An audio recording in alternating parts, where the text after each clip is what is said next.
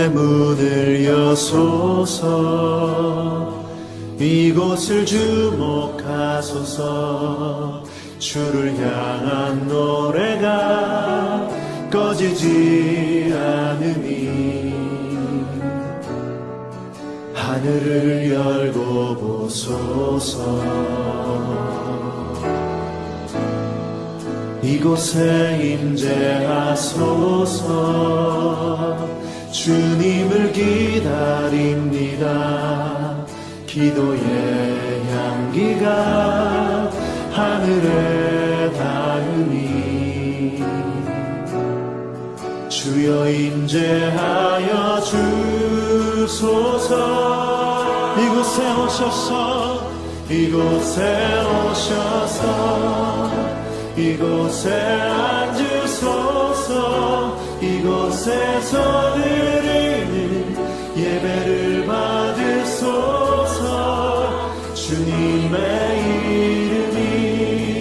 주님의 이름만이 오직 주의 이름만 이곳에 있습니다.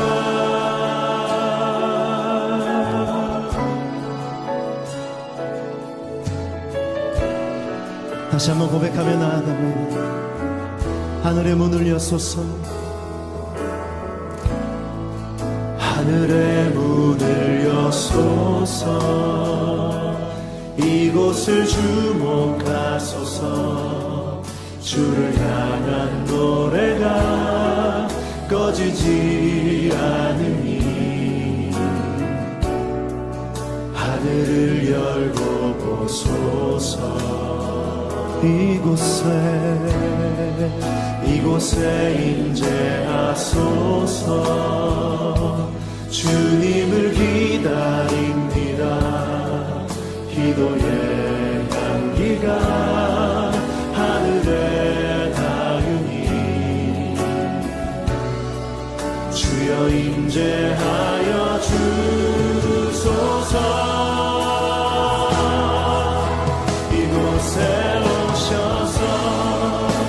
이곳에 앉으소서. 이곳에서 드리는 예배를 받으소서. 주님의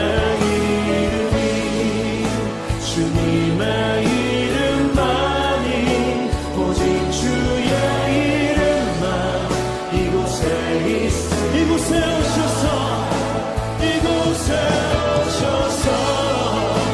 이곳에 앉으소서. 이곳에서 드리는 예배를 받으소서. 주님의 이름만이 오직 주의 이름만 이곳에 이곳에 오셔서 이곳에 앉으소서. 이곳에서 드리는 예배를 받으소서. 주님의 이름만이 오직 주의 이름만 오직 주의 이름만 오직 주의 이름만 오직 주의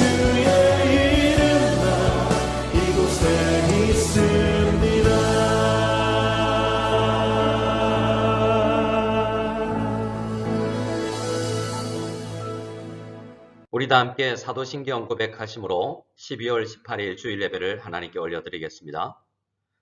전능하사 천지를 만드신 하나님 아버지를 내가 믿사오며 그 외아들 우리 주 예수 그리스도를 믿사오니 이는 성령으로 잉태하사 동정녀 마리아에게 나시고 본디오 빌라도에게 고난을 받으사 십자가에 못 박혀 죽으시고 장사한 지 사흘 만에 죽은 자 가운데서 다시 살아나시며 하늘에 오르사 전능하신 하나님 우편에 앉아 계시다가 저리로서 산자와 죽은 자를 심판하러 오시리라.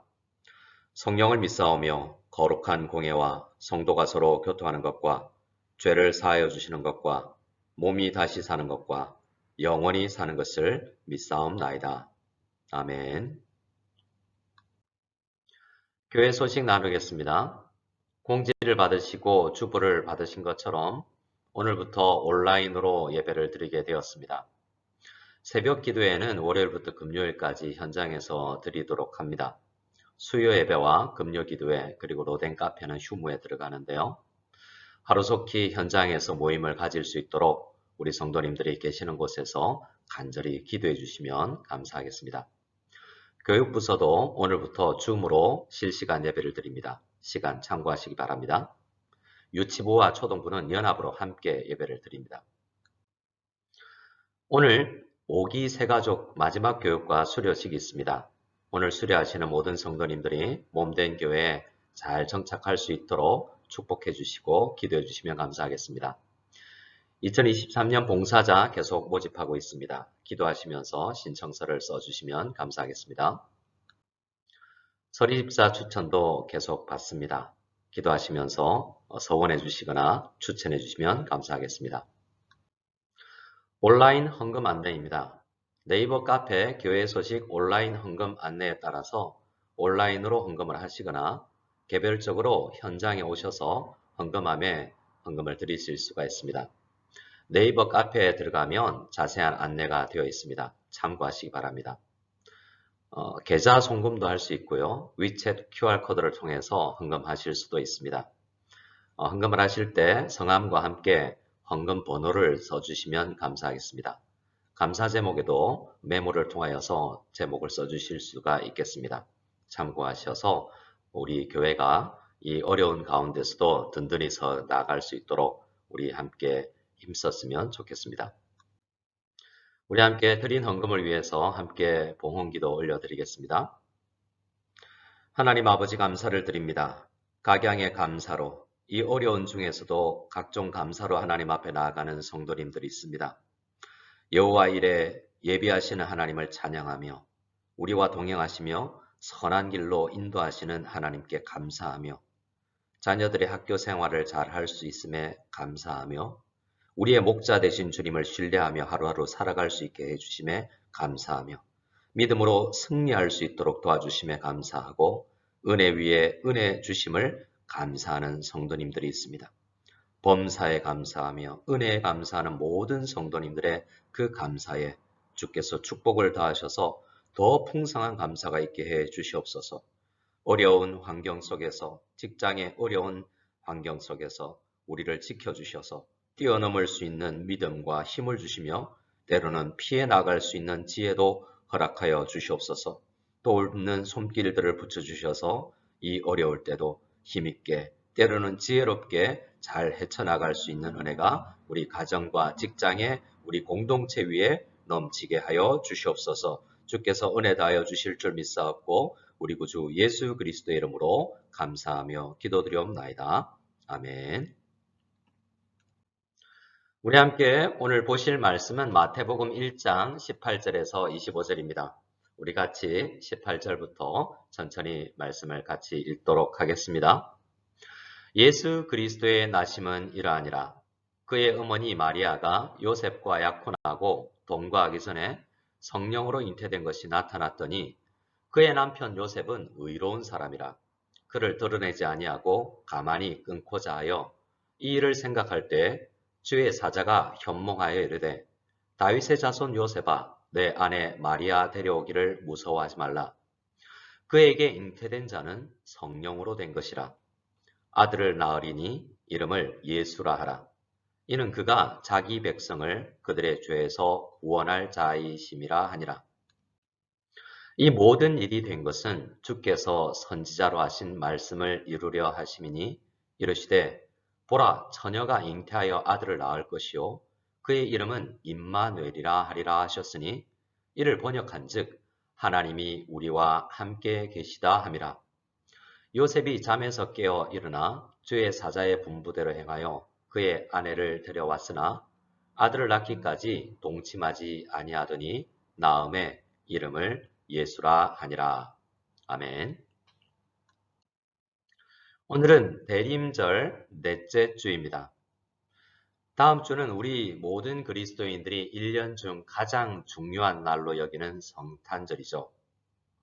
성탄절은 인류 역사 가운데 가장 위대한 날이라는 것을 믿으실 수 있기를 바랍니다.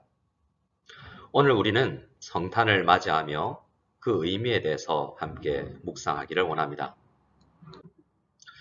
잠시 지난주에 함께 읽었던 본문인 누가복음 말씀을 다시 살피겠습니다. 천사가 목동들을 만났을 때 있었던 일인데요. 천사들의 찬송을 기록한 부분입니다. 목동들은 수많은 천군이 그 천사와 함께 하나님을 찬양하는 장면을 목격합니다. 그 찬양의 내용은 이렇게 되어 있는데요. 지극히 높은 곳에서는 하나님께 영광이요, 땅에서는 하나님이 기뻐하신 사람들 중에 평화로다. 아멘. 그들이 한 번도 들어본 적이 없는 아름답고 놀라운 찬송이었을 것입니다. 이 세상 어떤 콘서트장에서도 들을 수 없고 그 어떤 훌륭한 성가대의 찬양과도 비교할 수 없는 아름다운 찬송 소리를 2000년 전 목동들이 들었던 것입니다. 그러면 천사들은 왜 이렇게 찬송을 했을까요? 그것도 수많은 천군과 함께 말입니다. 천사들은 인류 역사를 지켜본 영적인 존재들인데요. 우리가 유한해서 볼 수 없었던 그 인간 역사의 수많은 광경을 천사들은 보아왔습니다. 욥기 38장을 보면 하나님의 아들들이 다 기뻐 소리를 질렀다라고 말하는데요. 여기서 하나님의 아들들이란 천사를 의미합니다. 이 본문에서 천사들이 왜 기뻐 소리를 질렀는지 그 문맥을 살펴보면 창조의 놀라운 현장을 목격했기 때문인 것을 알 수 있습니다. 천사들이 본 창조의 광경은 놀라운 그 자체였다는 것이죠. 그런데 그리스도의 탄생의 현장은 그 창조의 장면보다 더 뛰어났던 것입니다. 왜냐하면 그 창조의 주인이신 분, 모든 피조 세계보다도 더 크신 창조주께서 인간의 몸을 입고 태어나는 현장이었기 때문입니다. 그래서 수많은 천군이 천사와 함께 하나님을 찬양한 것이죠. 이러한 일이 성경에 기록된 것이 특이할 정도로 희귀한 것입니다. 성탄절은 그렇게 놀라운 일이라는 것을 우리는 알 수가 있는 것이죠. 하지만 이 놀라운 현장에 있었던 한 남자는 찬양은커녕 큰 근심에 휩싸여 있었던 것을 보게 됩니다. 그 남자의 이름은 몰락한 왕족 가문인 유다 지파의 요셉이라는 사람이었는데요. 우리가 다 아는 것처럼 마리아와 약혼한 상태였습니다. 그런데 약혼자 마리아가 임신을 했다는 사실을 알게 되었는데요. 자신은 아직 약혼자 마리아와 동침한 일이 없는데 임신이 되었다면 당시 법으로는 충분히 파혼을 선포해도 되는 사안이었습니다. 하지만 요셉은 마리아의 입장을 생각해서 마리아에게 불이익이 최대한 돌아가지 않는 방법으로 이유를 밝히지 않고 그리고 합법적으로 이혼을 준비하고 있었던 것입니다. 그것이 그의 큰 근심이었죠. 요셉이 이렇게 이혼을 추진하려고 생각을 정리하고 있을 때 천사가 또 요셉에게 나타납니다. 400년 동안 말라기 이후로 400년 동안 계시가 없던 이 침묵을 깨고 천사들이 이곳저곳으로 가서 이 놀라운 소식을 전하고자 했던 것입니다. 천사가 요셉에게 알리기를 마리아에게 잉태된 아기는 자신도 아니고 다른 남자도 아닌 바로 성령으로 잉태된 것이다 라고 알려줍니다. 그리고 그 아기가 태어나면 이름을 예수라고 하라고 지시해 주는데요. 그 예수라는 이름의 뜻은 해석하면 자기 백성을 그들의 죄에서 구원할 자, 줄여서 구원자라고 이야기를 해줍니다. 천사의 이 말을 듣기 전까지 요셉에게 가장 큰 문제는 이 결혼, 이혼할까 말까 하는 이 이혼의 문제, 결혼의 문제였습니다. 뭔가 잘못되어 갈 조짐이 보이는 이 결혼을 원만하게 해결하기 위해서 요셉은 고민하고 있었지 않습니까? 그런데 천사는 마리아의 임신으로 인해서 인간적인 고민을 하지 말라고 요셉에게 이야기합니다. 마리아의 잉태는 요셉에게 문제거리가 아니라고 말해준 것이죠. 이것은 문제가 아니라 인류의 가장 큰 문제를 해결하기 위해서 하나님이 행하시는 아주 놀라운 일이라고 천사가 알려주고 있는 것입니다. 천사는 이 사건이 얼마나 중요한 일인지 요셉이 깨달을 수 있도록 이사야서 말씀을 인용해서 가르침을 주는데요. 이사야 7장의 말씀을 인용합니다. 보라, 처녀가 잉태하여 아들을 낳을 것이요 그의 이름은 임마누엘이라 하리라 라는 말씀입니다. 아마도 요셉은 마리아의 임신 사실을 생각하면서 자신이 동침하지 않았으니 당연히 다른 남자와의 만남을 통해서 임신을 했을 것이라고 생각을 했겠죠. 그런데 천사는 그러한 일반적인 인간적인 생각 말고 성경에 기록된 그 예언의 말씀이 이루어진 것이니 이 말씀을 붙들고 고민해 보라 라고 이야기하는 것입니다. 우리 성도들이 다 해야 하는 계시 의존 사색을 하라는 것이죠. 나 혼자 고민하며 고민할 것이 아니라 말씀을 의지하여서 생각을 해 나가는 것을 요청한 것입니다. 이사야 선지자를 통해서 예언된 이 말씀은 크게 두 가지 내용으로 구성되어 있습니다. 일반적인 잉태처럼 남자를 통하지 않고 처녀가 잉태하여 아들을 낳게 된다는 것이고요. 그리고 두 번째는 그 잉태된 아들은 보통 사람이 아니다라는 것을 알리고 있습니다. 처녀가 잉태하여 태어난 아들은 사람이 된 하나님이라는 의미를 담고 있는 것입니다. 사실 선지자 이사야만이 아니라 구약 성경 전체가 이 이야기를 하고 있는 것입니다. 모든 사람은 죄인으로 태어나는데 이 사람의 죄 문제를 해결하기 위해서는 여자의 후손, 곧 사람이지만 보통 사람과는 전혀 다른 존재가 와서 죄를 해결할 것이라는 이야기가 구약의 핵심인 것이죠. 창세기 3장을 보면 죄가 어떻게 인류에게 침투해 들어왔는지 기술하고 있습니다. 죄의 원흉은 사탄이었는데요. 사탄이 뱀을 이용해서 인간에게 죄를 심어놓고 하나님을 배반하도록 만들었습니다.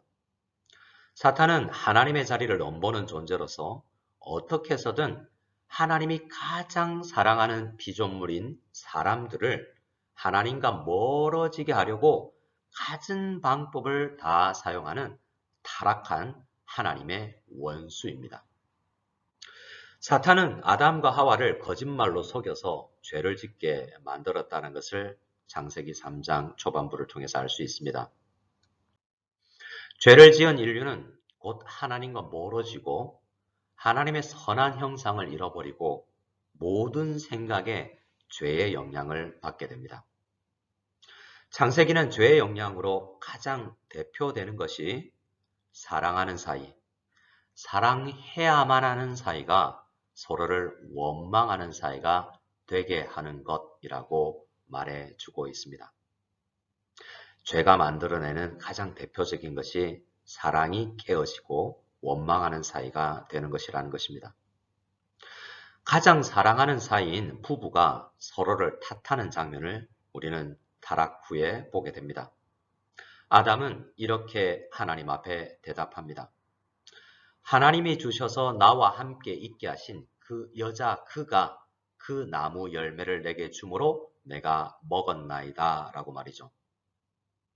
아담은 처음 하와를 만났을 때 이는 내 뼈 중에 뼈요 살 중에 살이라 라고 노래하면서 사랑의 세레나데를 부르면서 기뻐했지 않습니까?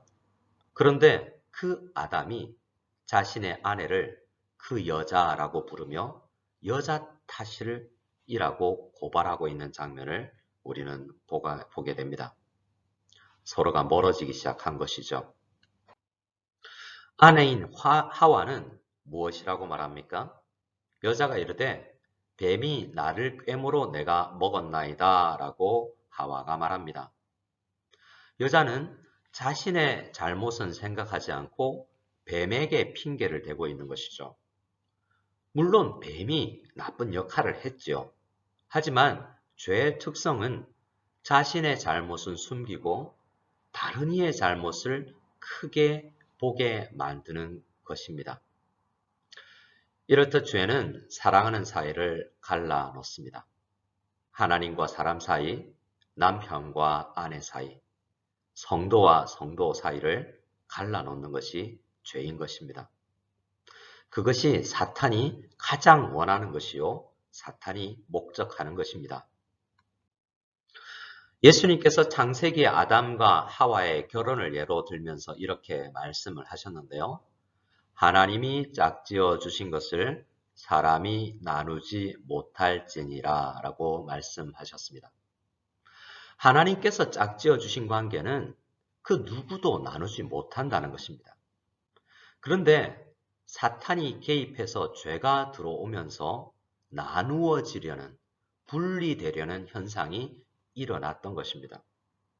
모든 관계가 그러한데요.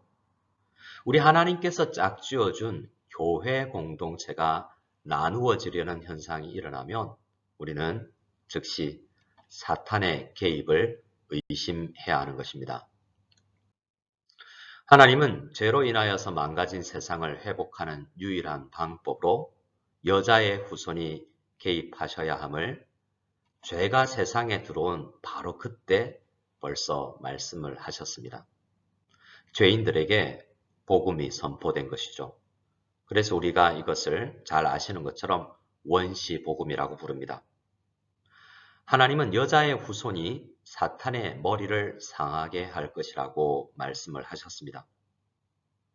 이 부분에서 우리는 때로 왜 하나님께서 당장에 사탄을 멸하시지 않으시고 수많은 인류가 길고 긴 역사 속에서 죄로 인해서 나누어지고 아파하는 과정을 겪게 하셨는지 잘 이해할 수가 없기도 합니다.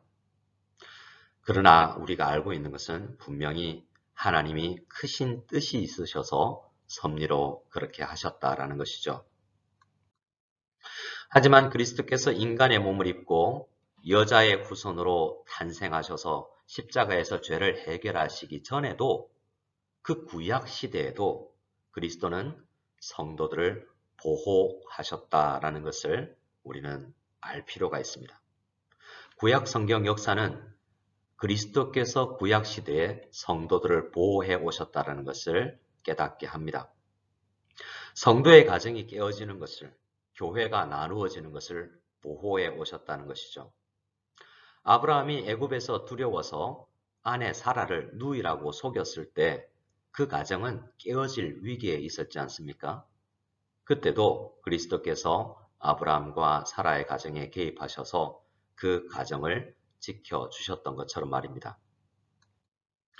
죄가 세상에 들어온 이후, 곧 아담과 하와의 가정 이후로 모든 성도들은 이 죄 문제를 해결해 줄 여자의 후손이 나타나기를 손꼽아 기다렸습니다. 목동들에게 나타나 그리스도의 성육신을 찬송했던 그 천사들도 모든 역사의 과정을 지켜보면서 여자의 후손이 나타나기를 손꼽아 기다려왔기 때문에 그 일이 이루어졌을 때 기쁜 찬송을 울려 퍼졌던 것입니다. 그 기다림이 어떠했는지 창세기 4장이 초반부부터 잘 보여주는데요. 이렇게 기록되어 있습니다. 아담이 그의 아내 하와와 동침하매 하와가 임신하여 가인을 낳고 이르되 내가 여호와로 말미암아 득남하였다라고 탄성을 지릅니다. 드디어 여자의 후손이 태어났다라고 생각했기 때문입니다. 하와는 죄가 들어온 이후 우리처럼, 오늘날 우리처럼 수많은 죄의 쓴맛을 보고 드디어 죄 문제가 해결될 것 같다라는 생각에 아들 가인이 태어났을 때 크게 기대를 하며 이렇게 소리 높여 외쳤던 것입니다. 그러나 그 후손이, 그 가인이 죄 문제를 해결할 여자의 후손이 아니라는 사실을 깨닫는 데는 그리 오랜 시간이 걸리지 않았습니다. 가인도 여전히 자기와 아담과 같은 죄인이라는 사실을 곧 깨닫게 된 것이죠. 왜 가인은 아니었을까요? 여자의 후손 아닙니까?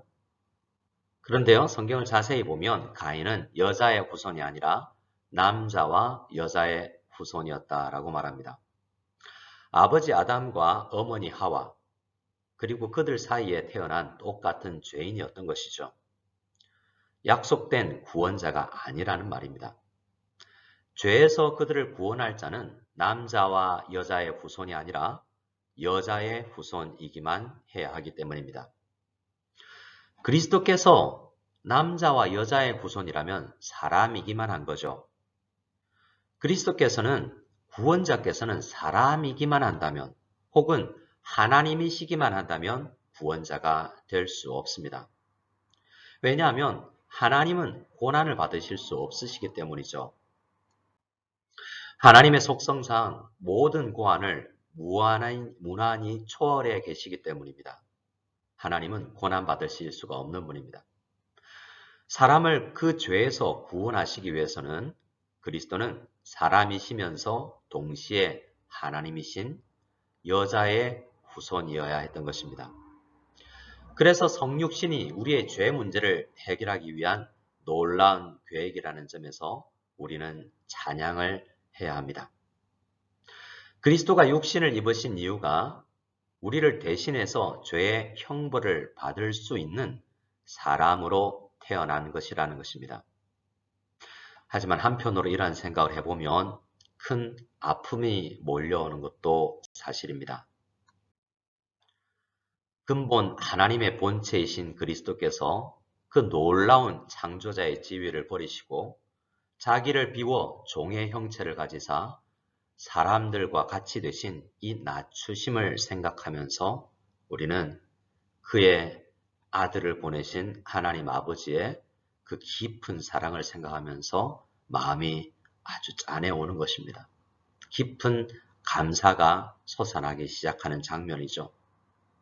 우리는 이 성육신의 현장, 크리스마스를 맞이하면서 이렇게 누추한 곳으로 오신 예수 그리스도를 생각하며 감사를 올려드리는 성도가 되어야 되겠습니다. 천사들은 이 여자의 후손이라는 의미를 알고 있었던 것입니다. 그래서 찬송을 했던 것입니다. 그리고 천사들이 인용했던 그 이사야 선지자의 본문, 이사야서 7장에 그를 기록한 이사야 선지자도 여자의 후손이라는 것의 의미를 잘 알고 있었습니다. 그래서 이사야 선지자도 남자와 여자의 후손을 기다린 것이 아니라 여자의 후손을 기다리고 있었던 것이죠. 그는 이렇게 기록했습니다. 처녀가 잉태하여 아들을 낳을 것이라고 말이죠. 이 말은 남자와 여자의 후손이 아니라 여자의 후손, 곧 성령으로 잉태되어 죄 없으신 하나님이면서 사람이 받아야 할 죄의 형벌을 받을 수 있는 신이신 그리스도만이 죄를 해결할 수 있다라는 사실을 이미 선포한 것입니다. 그렇게 그 이사야 선지자가 고대했고 수많은 구약의 성도들이 간절히 소망해왔던 이 놀라운 일이 이루어진 때가 곧 성탄절, 크리스마스라는 것입니다. 오늘 우리가 묵상한 본문의 말씀을 생각해 보면서 우리의 삶에 적용을 해볼 수 있기를 원합니다. 우리는 오늘 본문 말씀들을 통해서 무엇을 삶에 적용해 볼 수 있을까요? 우선 우리가 함께하기를 두려워하는 이들이 없는지 생각해 볼 수 있기를 원합니다. 예수님은 이렇게 말씀하셨습니다. 너희가 서로 사랑하면 이로써 모든 사람이 너희가 내 제자인 줄 알 것이라고 하셨습니다. 우리는 아담이 하와에게 그랬던 것처럼 요셉처럼 마리아 데려오기를 무서워하기도 합니다. 아담이 그랬던 것처럼 요셉이 그랬던 것처럼 거리를 두게 되는 때가 있습니다. 일정한 거리를 두고 싶은 사람들이 생길 수 있다는 것이죠. 그런데 그러한 마음은 사탄이 원하는 마음이라는 것을 깨닫고 우리 서로가 조금 더 한 걸음씩 더 가까이 갈 수 있는 용기를 달라고 이 말씀을 생각하면서 주님께 기도할 수 있기를 원합니다. 또 두 번째로 우리 자신이 죄인이라는 사실을 다시 한번 고백하며 확인해야 되겠습니다. 하나님의 본체이신 그리스도께서 인간의 몸으로 태어나실 의무가 전혀 없으시면서 기꺼이 성육신을 하신 이유는 결국 우리 인간들을 죄에서 구원하시기 위해서 아닙니까? 그래서 성육신은 우리가 죄인이라는 사실을 깨닫게 해주는 것입니다. 성탄절은 기쁘고 즐거운 날만이 아니라 먼저 죄를 깨닫게 해주는 날인 것입니다. 죄인들을 위해서 겟세마네 동산에서 피처럼 땀을 흘리시기도 한 우리 예수님, 제자들의 배신과 침뱉음을 당하는 그 수치를 당하신 그리스도, 고통스러운 십자가의 형벌을 받은 그 그리스도께서는 모두 사람이 되셨기 때문에 당하신 일들이었습니다. 그 모든 비참하고 고통스러운 일들이 우리를 사랑하시기 때문에 기꺼이 감당하신 예수님의 사랑입니다. 그 예수님의 사랑, 그 사랑 때문에 사람이 되신 것이죠. 사랑 때문에 사람이 되어 이 땅에 내려오신 이 성탄절을 맞이하면서 우리 자신이 그만큼 큰 하나님이 사람이 되어야 할 만큼 그가 고초를 당하여야 할 만큼 큰 죄인이 나 자신이라는 사실을 함께 고백하며 나아갈 수 있는 성탄절이 될 수 있기를 원합니다. 또 임마누엘이라는 단어를 묵상했으면 좋겠습니다. 하나님은 죄인인 우리와 함께 하시기 위해서 인간의 몸을 입으셨다라는 생각을 할 필요가 있습니다. 오늘 말씀에서 그렇게 이야기하고 있지 않습니까? 우리는 죄인이지만 예수님은 우리가 좋아서 우리와 함께 하기 위해서 이 땅에 오셨다는 사실을 꼭 기억해야 합니다. 사실 사람은 하나님을 볼 수 없지 않습니까? 볼 수도 없고 접근할 수도 없는 존재이신 하나님께서 친히 인간의 몸을 입고 오신 것은 사람들과, 우리 같은 사람들과 교제하기 위해서입니다. 만약 요셉이 마리아와 이혼을 했다면 요셉은 아기 예수님과 인격적인 관계를 가지지 못했을 것입니다. 요셉이 없어도 마리아는 예수님을 낳았을 것이기 때문이죠. 예수님의 그 죄 없으신 눈을 바라보지도 못했을 것이고 아기 예수님과 친밀한 교제가 주는 그 놀라운 은총을 누리지 못했을 것입니다. 우리도 마찬가지입니다. 그리스도께서는 지금 말씀으로 우리를 찾아오십니다. 오늘도 우리를 찾아오시고 예배 때마다 우리를 찾아오십니다. 그래서 이 임마누엘이라는 단어 앞에서 우리를 찾아오신 예수님, 우리를 찾아오시는 주님과 얼마나 깊이 교제하려고 하는지 우리 자신을 돌아보아야 되겠습니다. 이 임마누엘이라는 단어를 이 성탄절에는 꼭 더 깊이 묵상해 볼 수 있기를 원합니다. 마지막으로 우리는 얼마나 기꺼이 순종을 하고 있는지를 돌아보기 원합니다. 요셉은 천사가 전해준 말씀을 묵상한 후에 주의 사자의 분부대로 행했다라고 이야기합니다. 1장 24절에 이렇게 기록하고 있습니다. 요셉이 잠에서 깨어 일어나 주의 사자의 분부대로 행하여 그의 아내를 데려왔다라고 이야기하고요. 25절에서는 천사가 가르쳐준 그 이름대로 이름을 예수라 하니라라고 기록하고 있습니다. 당시 유대인들의 아버지들은 그 아들의 이름을 지어주는 것이 당연했고 권리였습니다. 그런데 요셉은 자신의 권리를 내려놓고 천사의 말, 천사를 통해서 자기에게 주어진 하나님의 말씀에 순종했습니다. 우리는 많은 경우 말씀을 묵상하거나 설교를 듣고 나서 그 말씀을 충고나 조언 정도로 여기는 경우가 많지 않습니까? 그렇지만 오늘 본문은 그리스도 탄생 앞에서 순종하고 있는 요셉을 만나게 됩니다. 요셉은 그가 순종하면 사회의 지탄을 받을 수도 있는 그런 어려운 환경이지만 순종했습니다. 결혼도 하지 않은 상태에서, 동침도 하지 않은 상태에서 자녀를 탄생하게 되면 그 많은 수치를, 손가락질을 받게 될 것이 당연하면서도 순종했다라는 것입니다. 모든 그리스도인들이 이렇게 세상으로부터 손가락질을 받을 수가 있습니다. 예수님을 신실하게 믿고 세상에서 살아가면 손가락질을 받을 수 있다는 것입니다.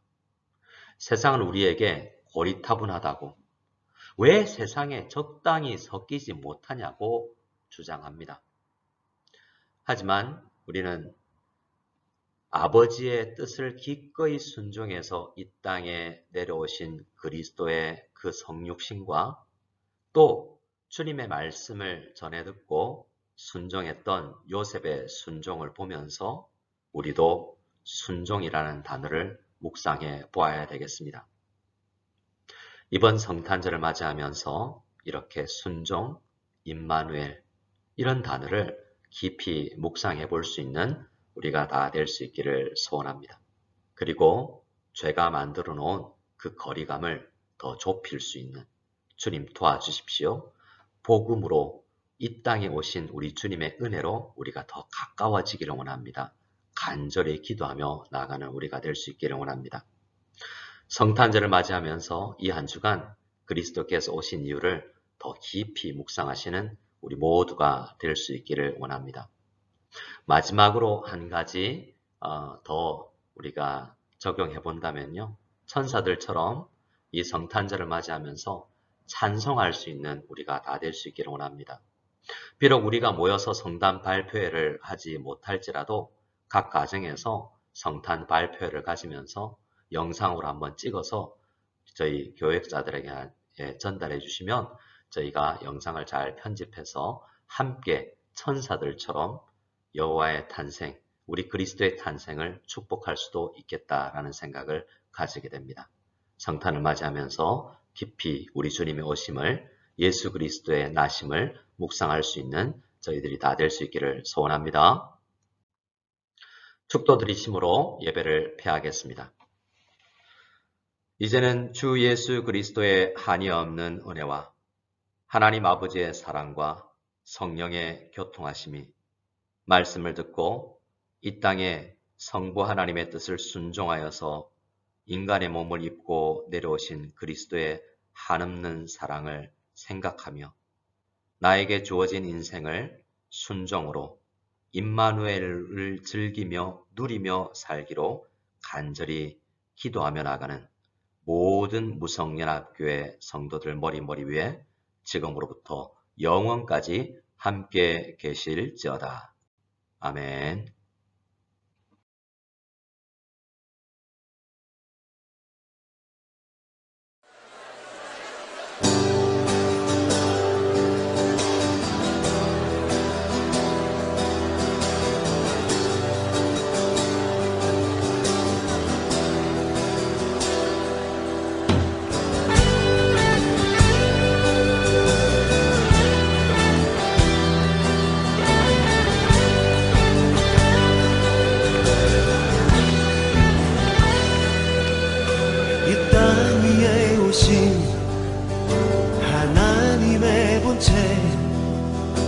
십자가에 달리사 우리 죄 사하셨네. 하나님이 그를 지극히 높여 모든 이름 위에 뛰어난 이름을 주사 우리 예수 이름 앞에 절하고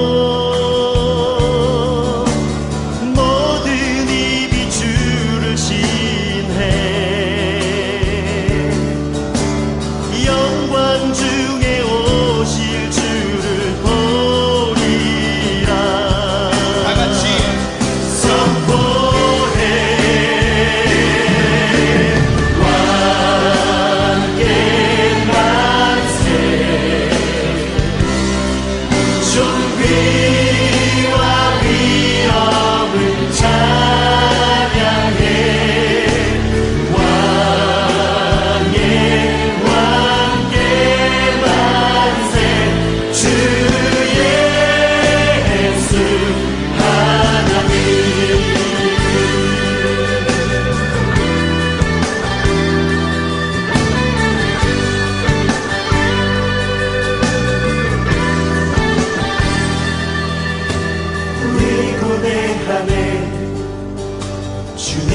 오실 그날 다시 사신 왕의 영광 이 땅을 비추네.